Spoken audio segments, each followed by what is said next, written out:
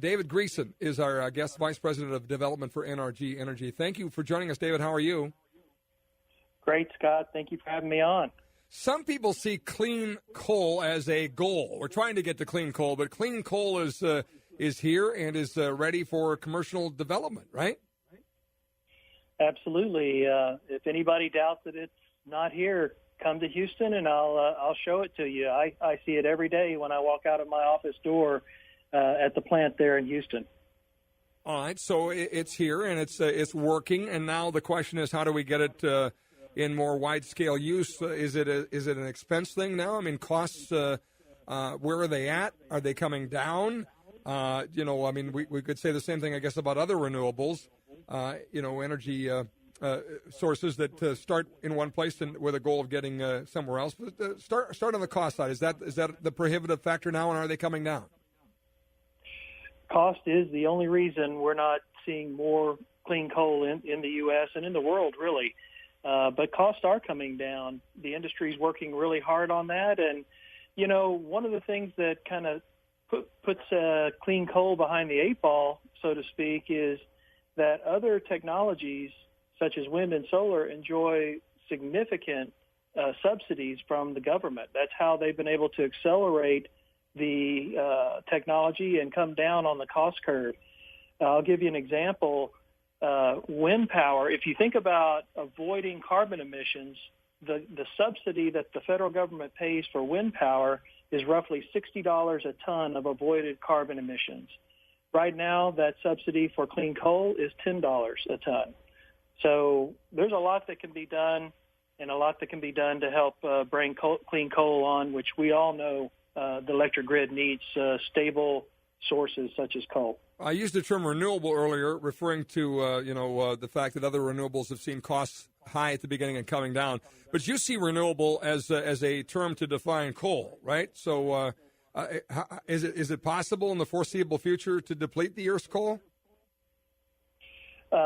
I don't think it's possible, especially given the pace at which we're burning it now. I think that if you look at the definition of renewable energy, it says something that can't be depleted in a human timescale.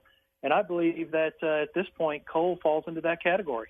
Yeah, I use the term a lot. North Dakota has an 800 to 900 year supply of economically recoverable coal right now. So, and that's, of course, today's technology, what you do with it in the future. So you're saying we're in the same position in other states, and that's why it's just not, you can't, there's enough of it that you can't say we're going to run out.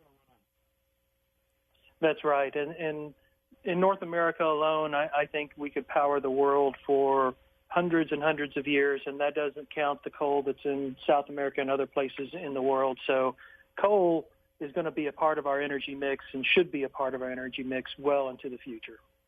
You say that wind and solar are no more green than coal when you use CCUS. Explain that. Well, when our carbon capture system is operating, the portion, we're only taking a part of the flue gas out of this coal plant, but that portion of the flue gas, that portion of the plant that we're diverting into the carbon capture system is carbon-free.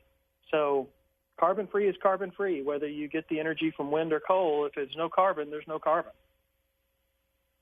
So, and the bang for the buck by the taxpayer to get quote-unquote carbon-free in wind or solar, you're saying pales in comparison to the bang for the buck based on what we know so far with coal.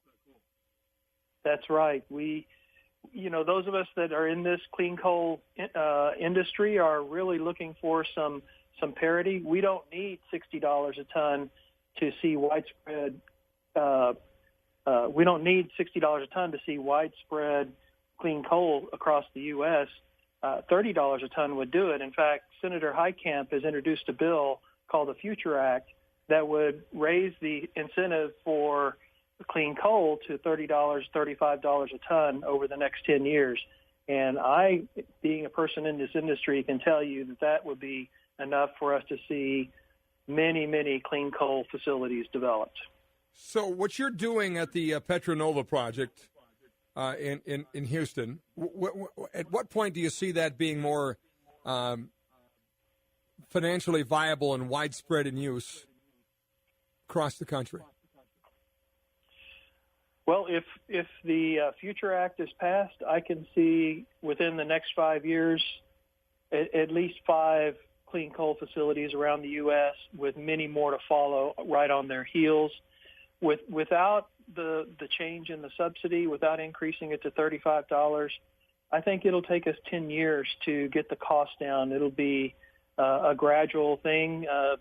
The technology is expensive, but, money fuels acceleration. And so to the extent we can flow money into this technology as we have with others, I think that you'll see a great acceleration of the technology and bringing down of the cost. Where is that legislation at right now? It is proposed, and it's in both houses. There's a Senate version and a House version, and it has strong bipartisan support, both on the Democrat and Republican side of the aisle.